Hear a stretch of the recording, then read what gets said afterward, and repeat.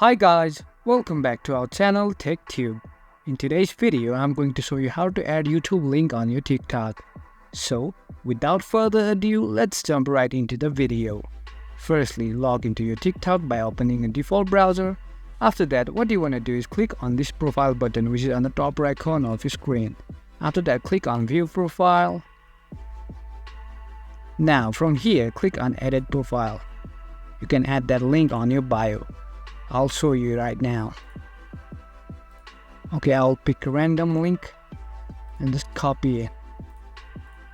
And I can just paste it right here and click Save. That's how you can add a link to your TikTok. That's it for today guys. If you find this video helpful, then don't forget to give thumbs up, comments and feedbacks will be appreciated. Subscribe to our channel and don't forget to hit the bell icon so that I can come up with new videos like this.